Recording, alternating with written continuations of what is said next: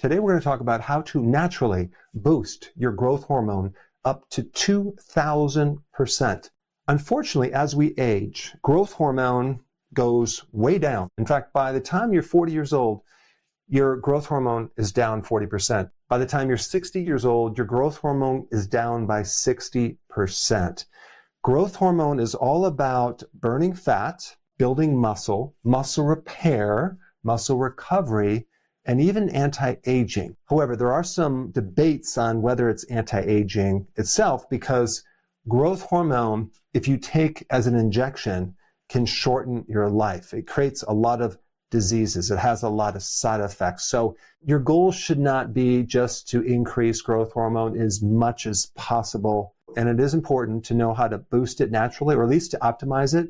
And then what are all the things that can inhibit it, especially if you're trying to lose weight? Because as we lose growth hormone, we lose our muscle mass. We get more body fat, especially visceral fat.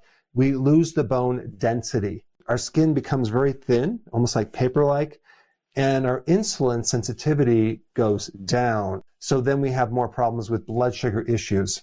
Growth hormone itself does not create any of these effects in any significant way.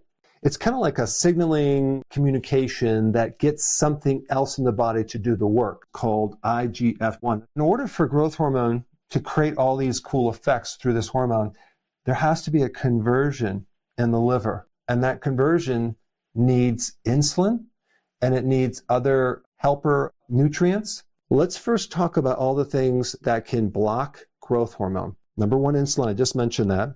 Obesity, age, sugar will do it, stress, poor sleep, alcohol, overeating, especially at night, and low vitamin D. So all of these things can shut down growth hormone.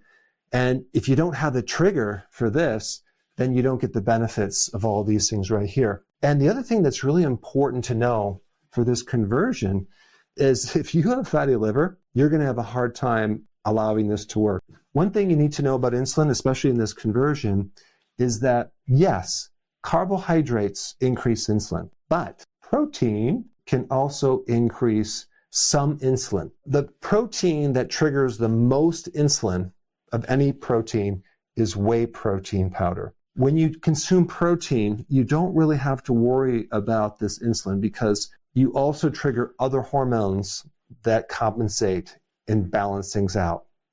Versus when you're just consuming like carbohydrates, like refined sugars and things like that, you're stimulating insulin, but not these other hormones that are buffering the effect. Animal protein in general will be sufficient to create enough stimulus to this insulin to allow this to work. So that's all you need to know about insulin. If you're consuming enough animal protein, you'll have enough insulin. You don't have to worry about that. And the reason I'm even bringing it up is because sometimes people will tell you that if you do keto too long, chronically, over many, many months or whatever, your insulin's going to go so low, then you're not going to get the benefit of this. Well, what about protein? Protein stimulates insulin. So that argument kind of goes away when you talk about that. Also, dairy. Dairy will potently stimulate this insulin as well. And especially this amino acid leucine, which actually is an animal protein. So let's now shift into the things that can really optimize and boost your growth hormone by 2 to 3 times, okay? Let's start with the first one, GABA. GABA is a neurotransmitter in your body that can increase growth hormone. And one of the ways that I increase my GABA is by taking magnesium glycinate will increase GABA. All right, next one is melatonin. If you keep the lights out about 2 hours before you go to sleep, and maybe even wear the blue blockers and you drift off into sleep, it's the melatonin that puts the pressure on your body to sleep. So melatonin can actually help increase growth hormone too because of the big connection between sleep and growth hormone. I'll be talking about that next. L-glutamine is something that is really good for the gut health, but it can also increase growth hormone. Arginine is also a potent way to increase growth hormone. Some people are taking it, but there's a catch-22. You do not want to take it right before you work out, because if you're combining arginine too close to your workout, it'll actually lower growth hormone. So if you're going to do arginine, you want to take it at least 2 to 3 hours before the workout or after the workout to be able to have an increase in growth hormone. Cold therapy will increase growth hormone. Here's a supplement that some people take to increase growth hormone called alpha GPC. Another thing that will increase growth hormone is hypoxia training, getting a mask of restricting your air to mimic high altitude training. And you're doing this intermittently. You're only doing it for like maybe 10 seconds, but you are creating this stress in your body that then stimulates growth hormone. And of course, doing the ketogenic diet will also increase growth hormone. Why? Because you're lowering your carbohydrates. And like I said before, both sugar and insulin inhibit growth hormone. And then also higher protein with women, especially when they go through menopause. I think they don't consume enough protein. And sometimes I have to tell them, increase your protein, because if they're just doing a little bit of protein once a day, it might not be enough, simply because their adrenals are in what's called a catabolic mode where they're breaking down more protein, so they have to compensate. But having sufficient animal protein is important to have the raw material so the growth hormone can do its job. Now let's talk about the things that can 5 to 10x growth hormone: deep sleep. And to achieve that, you need to have your room cooler, like 65 degrees Fahrenheit. I just have a sheet over myself, so I'm not too warm, but I have my feet warmed up, and that seems to work out great. I have a little blanket on my feet. Keep the room really dark. I wear the little mask. I wear the earplugs. My wife does not, but she sleeps fine. Magnesium before bed.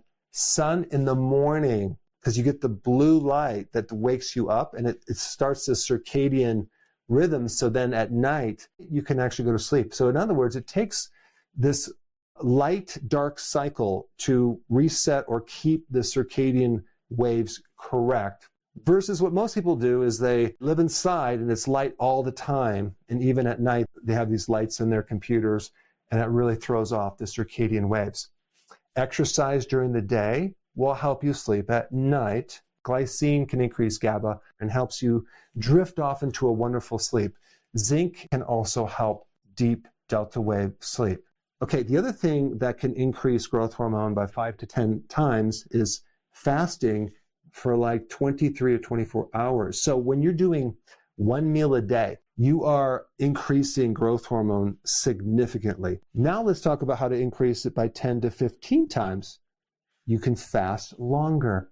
When you do a 5-day fast, you can significantly increase your growth hormone. A lot of the benefits from that 5-day fast occur once you refeed, okay? And I talk about that in the video. In fact, I'll put that video down below if you haven't seen it. And then the ultimate way to boost up growth hormone is through this thing called exercise. You could increase it by 10 to 20 times, especially if you have heavy loads of weight.